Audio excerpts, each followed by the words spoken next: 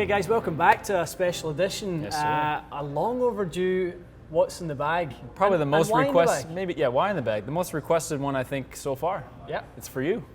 And, you know, we've been meaning to do this for a while, but it takes a while for guys like us to get any Consistency. get the consistency to Yeah. the bag, where we've got the same clubs in there for any length of time. It's true. And I think both of us have pretty much got the bags settled down now. Yes.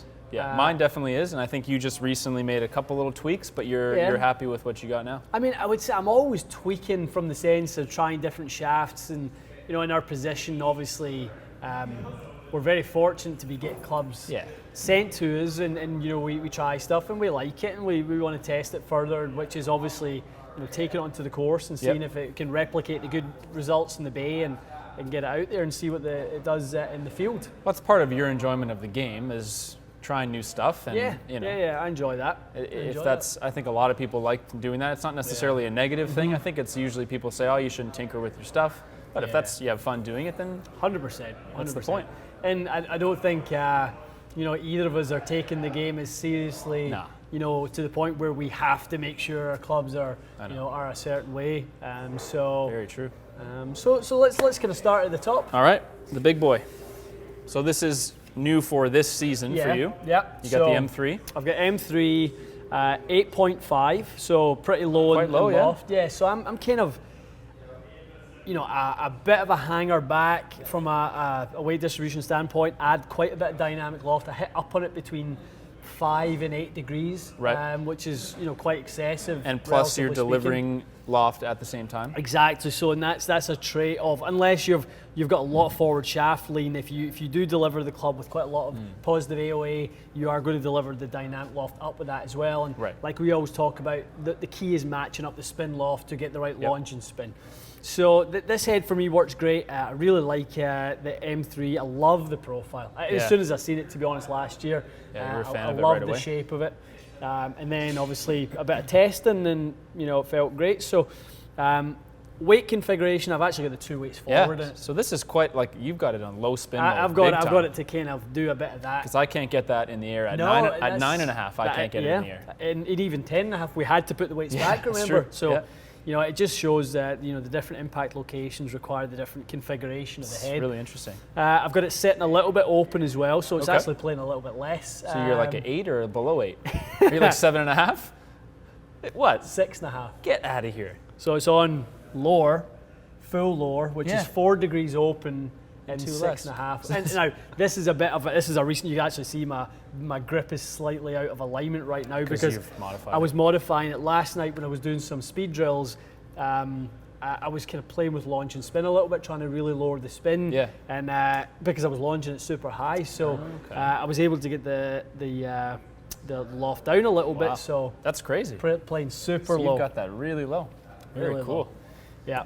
So there's not much much face to see. That's a rocket launcher. Well, it's the way you deliver it. It really doesn't matter, as we've said. Like, the number here doesn't matter. It's what you deliver. That's right. It's all about the impact. Very cool. Right. Shaft-wise, I've had this in the bag for over a year. This has probably been, you know, one of the mainstays in the bag over the last little while. This is the Graphite Design GP.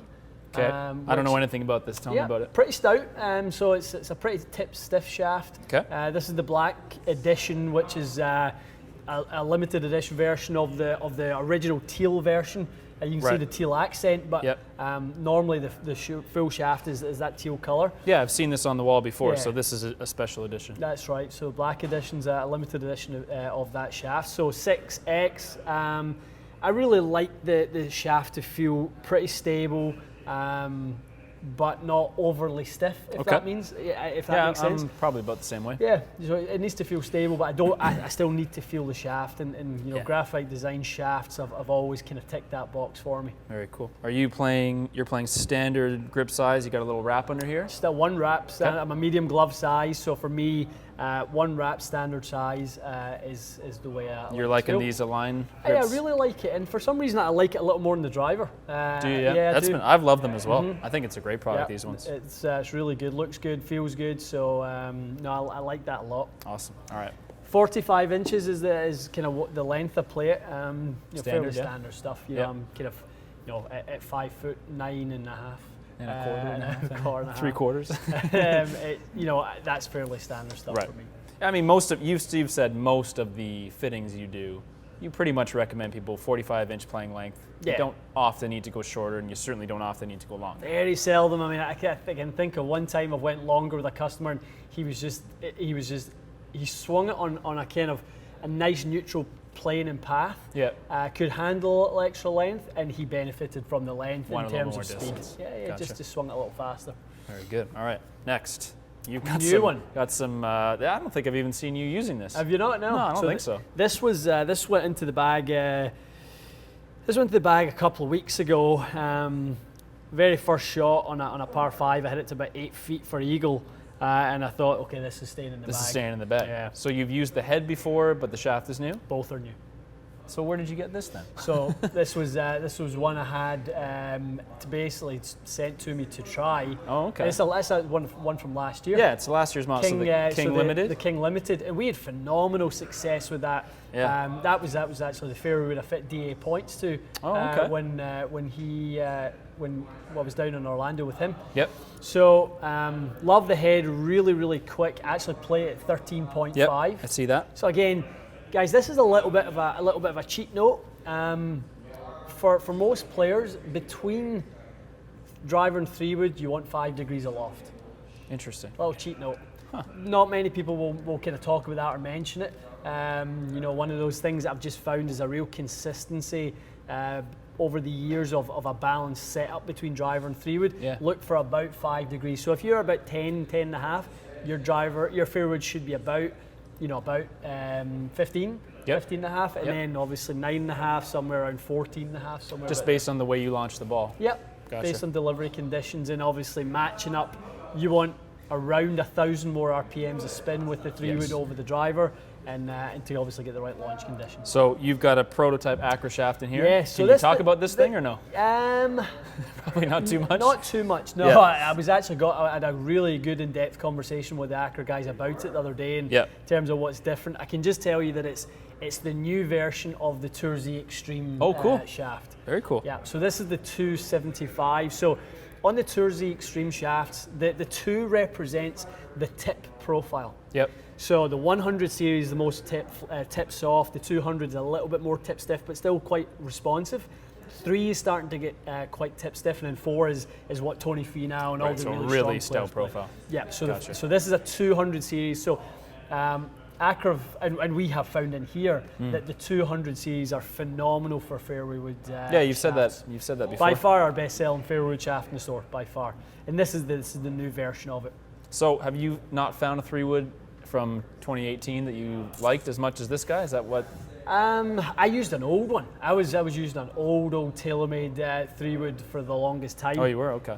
So I was using that with a Tennessee white. So this is almost an update. So this is actually an update. Yeah, I was using a 2013 TaylorMade fairway wood. But that's not uncommon, right? You get guys that use a little older club in the 3-wood quite often. 3-wood is often like that. It's a bit of a difficult one at times to get out wrestle at people's bags. I mean, you look at someone like Freddie Couples with that, Callaway FTI square. It's crazy that he uses that thing. Actually, funny little story. He loves that thing so much, you wouldn't believe. I was on the range at the 2008 Bob Hope Chrysler, the class at the Bob Hope out in La Quinta, and this is how long he's had this in the bag.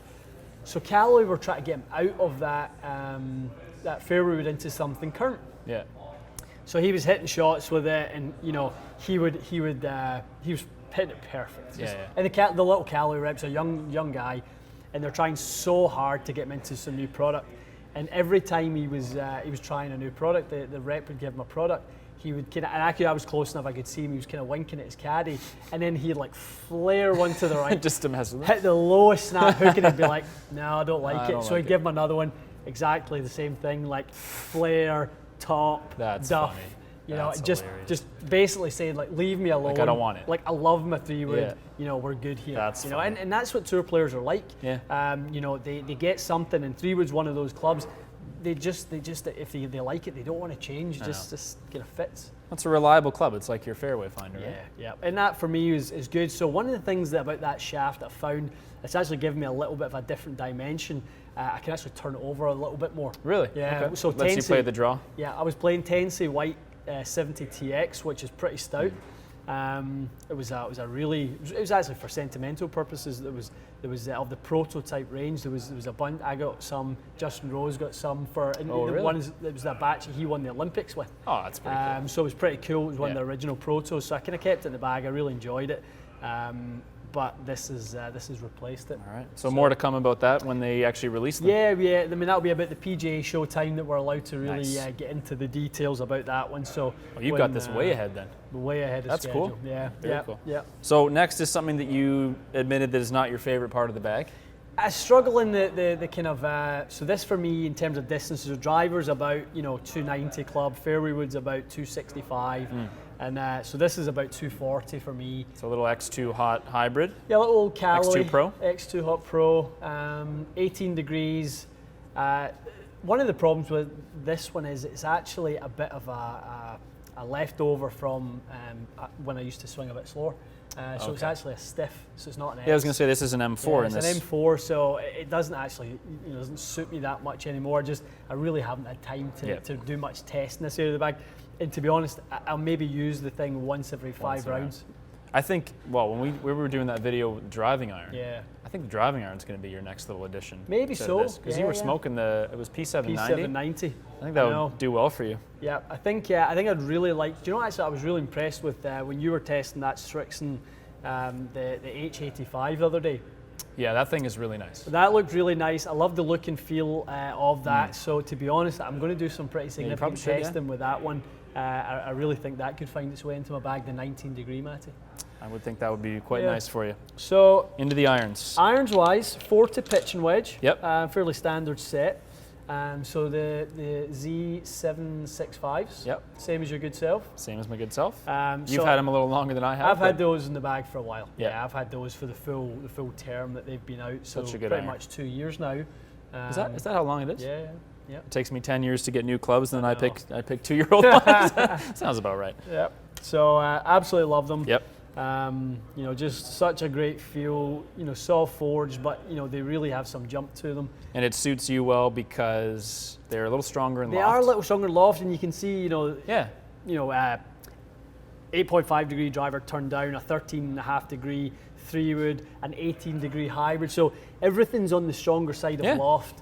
And these as standard obviously come slightly stronger. That helps you flatten your ball flight out a bit. Yeah, so I've got quite a lot of ball speed. So 6 iron for me is around, generally speaking, the low 130s. So, ball speed's fine.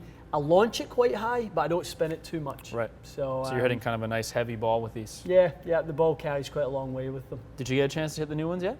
I know you did. You did. Yeah, no, I hit them. They feel so great. far so good. I think, to be honest, I'll really enjoy them. The slightly smaller sole, they look good. Is going to be great. I'm looking forward to getting those in the turf and actually trying them out in the course. But they feel good, and actually slightly more compact head. Yeah, I did notice they did look a little smaller, don't they? So I'm excited to get those in the bag. So I play them at standard lofts. Oh yeah, shafts on those. You've got Nippon. Nippon Super Peening Blues. Right. So something that people wouldn't know a whole lot about. No, it's not one that is actually commonly carried by any of the OEMs anymore. Right. This was a shaft that was really popular, probably to be honest, the best part of 8-10 years ago. That long? Yeah. It's really? been out for a good while. Okay. Love it. 129 grams. It comes in 125 in the stiff, 129 in the X Flex. Is that what you have? Absolutely love it. I've got the X Flex. Yep. Yeah. So they're nice and stable. The great thing with them, Matt, is kind of like what I like to feel. Like I said about the driver, they feel smooth but stable. So without feeling stiff. Yep. So for me, Project X feels stiff. C-Taper feels stiff.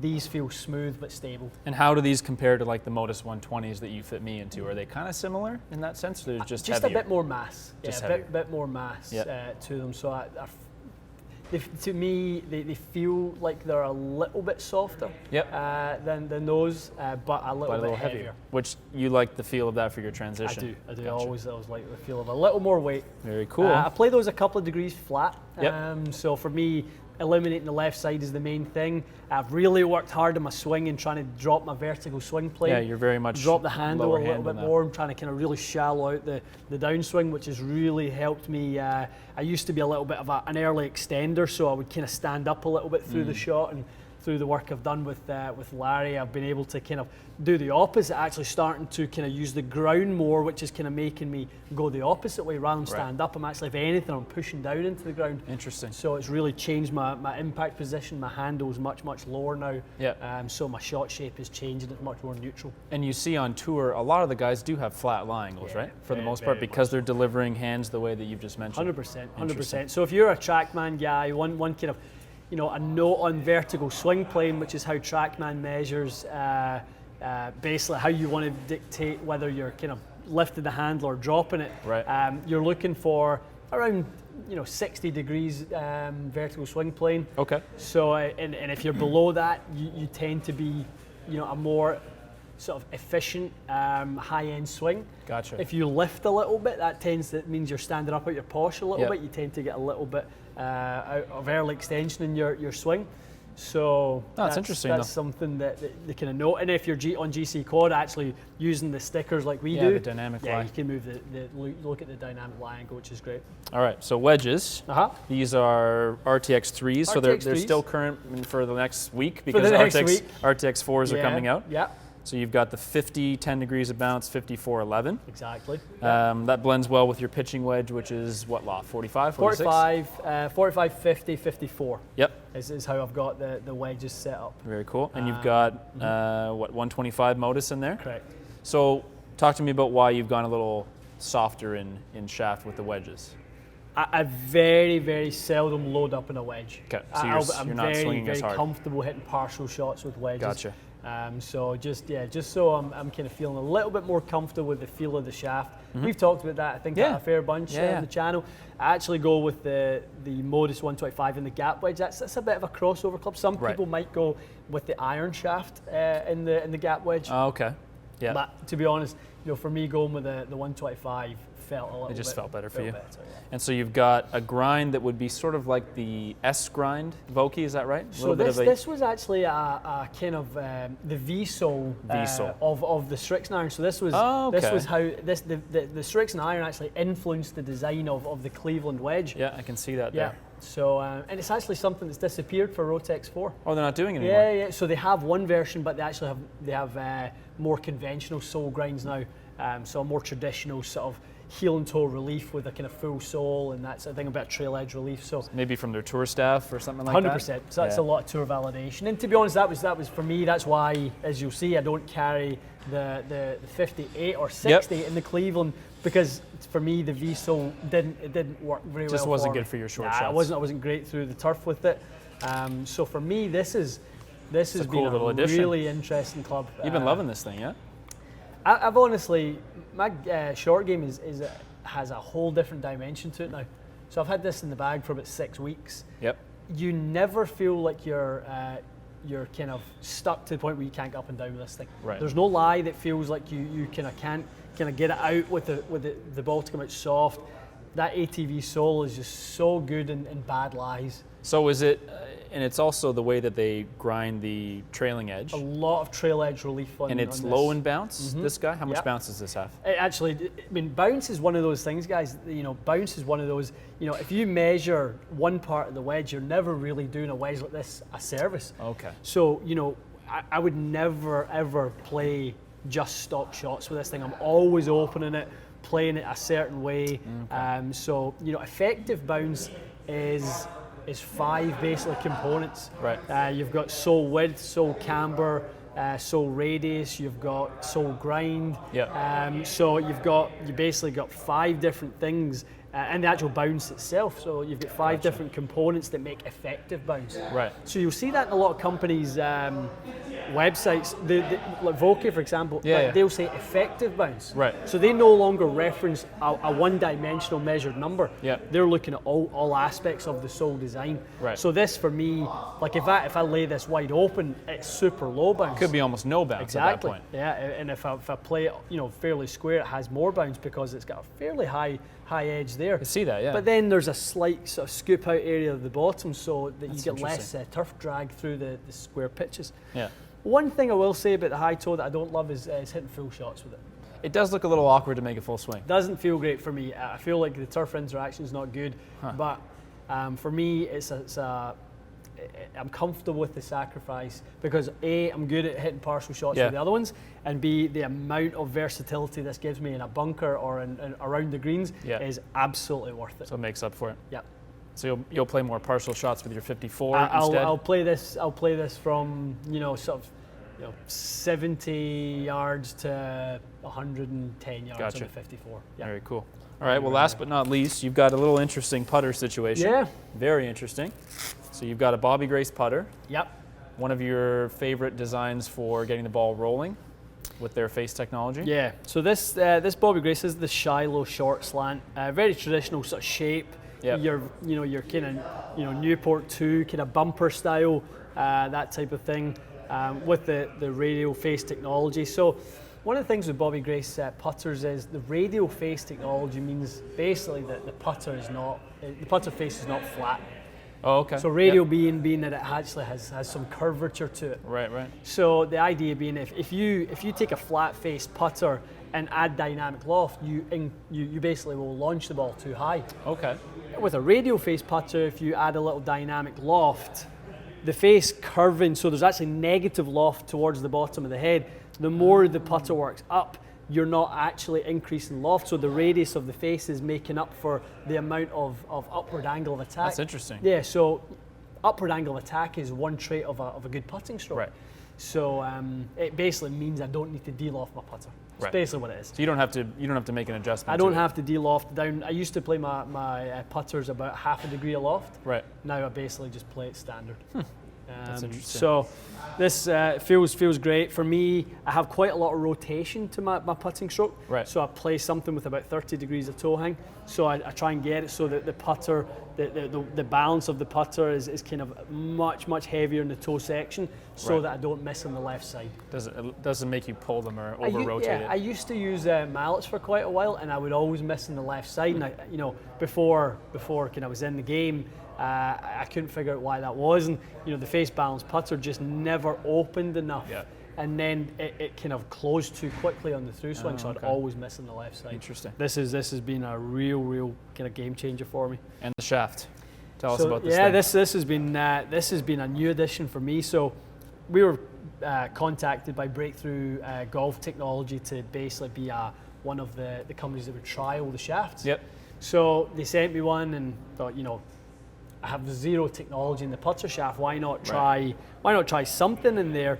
So I kind of read up on it and that type of thing. So I was intrigued, popped it in there, and instantly fell in love with the feel of it. Really? Yeah. I absolutely instantly fell in love with it, and it makes a lot of sense. I mean, there's all this technology and all this sort of design philosophy that goes into irons and drivers, and what goes into a putter? The shaft, nothing. Exactly nothing. Yeah. Literally zero thought other than weight. Yep. Right. True. So obviously,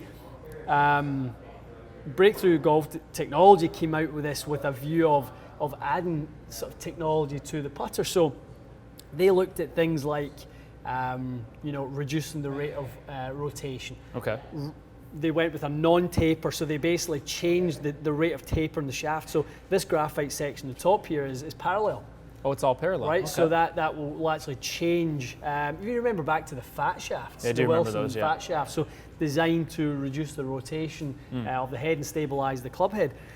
We've got that. We've also got a much stiffer, tip section down here. So by using the multi-materials, they're actually able to get the putter shaft down to 1 degree of torque. That's it. Wow. That's all it's on it. Yeah. So in terms of the how stable, I mean, it's called the stability shaft. 1 degree of torque makes it feel so solid and stable when you putt with it.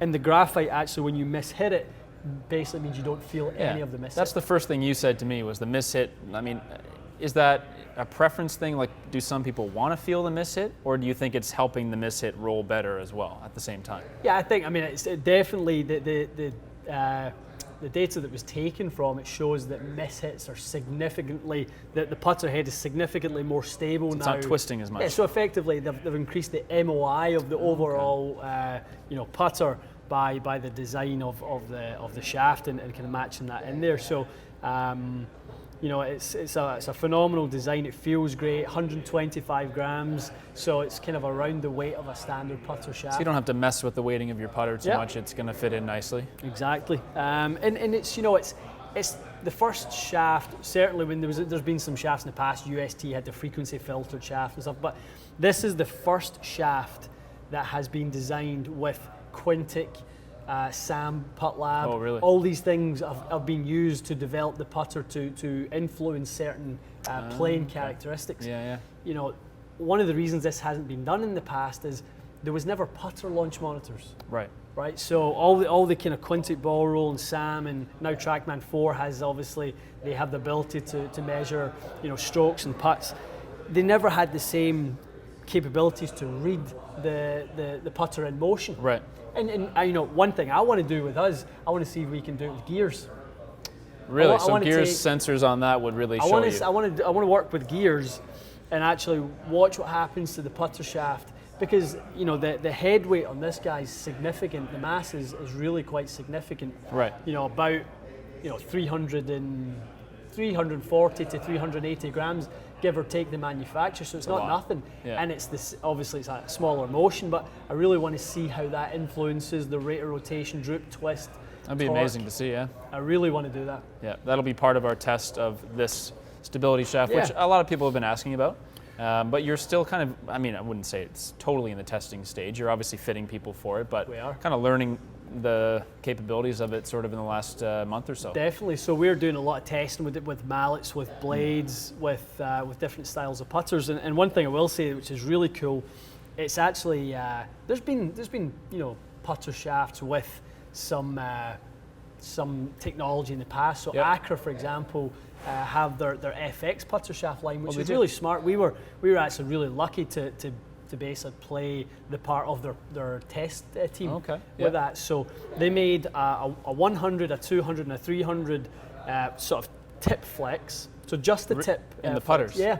So designed to be if you were a slower, smoother strokes, a Ben Crenshaw idea, you would have a slightly more active tip. Really? To get a little more feel, and then as your tempo and speed increased, you would use a more tip stiff. That's interesting. Shaft. Yeah. Really cool. So what they call that is matching, dynamically matching the stroke to the shaft. So they made those three, and actually I asked them for a fourth. So I said to them, can you just make me the stiffest shaft you can make me? And this was probably 2014 or 14. Yeah, it must have been 2014. So they made that for me, and that's what this is. So you're feeling the same kind of performance from that, it just has no torque. That's what I asked them to make was a shaft that was as close to 400 CPM. Wow. So we just made your 3-wood shaft stiff at 270 CPM, so 400 CPM. It's a different world of that. Is super, super stiff. Basically trying to get the putter shaft to perform the way this one was. So that's just a personal preference and feel for me, and allows me to feel like I'm hitting really solid putts when I make the shaft a little stiffer, and the graphite obviously absorbs the miss hit as well, the oscillation and deflection on that. And you've been putting well with it so far? Happy with it? Very happy with it. I had my best round of the year with it recently. I don't struggle with putting, to be honest, as much as some other areas of the game. But it's offering you a little bit more performance than what you had before. Yeah, I just feel like it's contributing. The putter shaft to me felt like it had zero contribution to helping me play a little bit better in my game. So I'll take every advantage I can get from every single aspect, and I recommend you guys do the same. In every possible facet of your game, whether it be grip size, texture, all of it. There's so many things it all matters. The ball, as we've found. And you're playing Strixon XVs? Yep. Z-Star XVs? Z-Star XVs. Yep. So again, just just being a high launch guy, I do like to spin it a little bit less. I spin the wedges ample enough, so that's plenty of performance. Yeah. Okay, very cool. And then I mean, oh yeah, right. You got your sticks. Got my little super speed sticks in there right now, which obviously, you know, got the challenge going on right now. So kind of a week and a half into the super speed challenge, and you know, thoroughly enjoying it. So you know, I've got my warm up routine I do with these when I get to the course. Okay. So they help with that. They also obviously help when, you know, I'm doing my drills 3 times a week. So, you know, I'm really keen to see what that looks like at the end of 12 weeks. You're progressing already, so definitely a worthwhile thing you'd say for someone to check out. I think so. I mean, for anyone who feels like speed would you know, add some benefit to their game, I would seriously recommend trying them. I'm approaching it from a slightly different perspective. I'm not just doing super speed golf.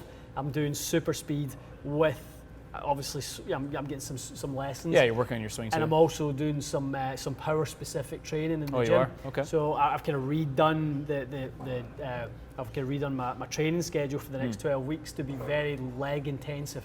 Oh, okay. So I'm doing a lot more squats and deadlifts and that type of thing. So you know, everything basically catered towards getting more ground force speed.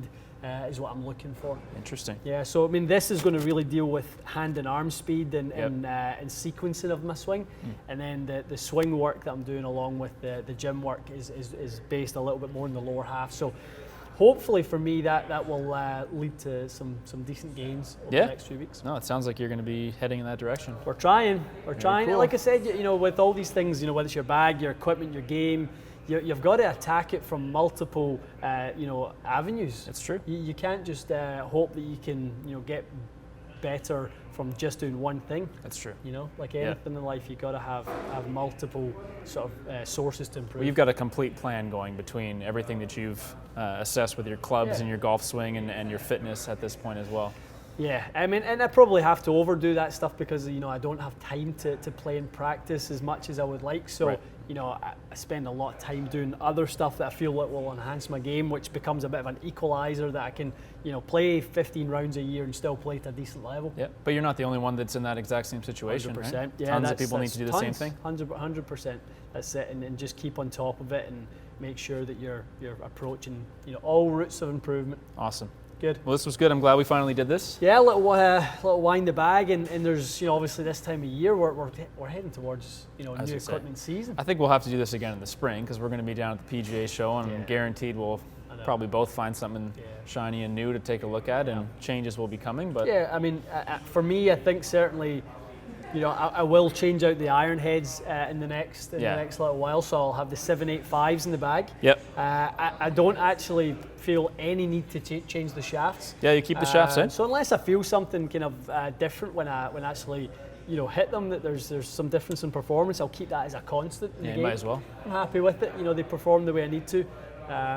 They're fine. And then wedges, I'll upgrade into Rotex 4.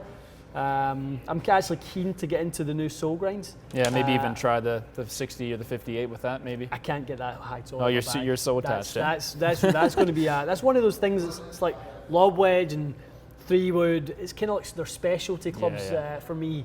They're not kind of almost part of the set. They can almost have to have a unique role in the bag. They're their own thing. Yeah. Very cool. I mean, that's that for me. That's the ultimate get out of jail free card. That's cool. You know, just I've yet to test them. I gotta get out on the chipping green with one. It's quite amazing. I mean, I'd love to hear you guys and what your thoughts are if you've tried them, and some of the difficult spots you can find yourself in around the greens. I mean, you just never feel like you're out the hole in any scenario. So I mean, you see that in the PGA Tour.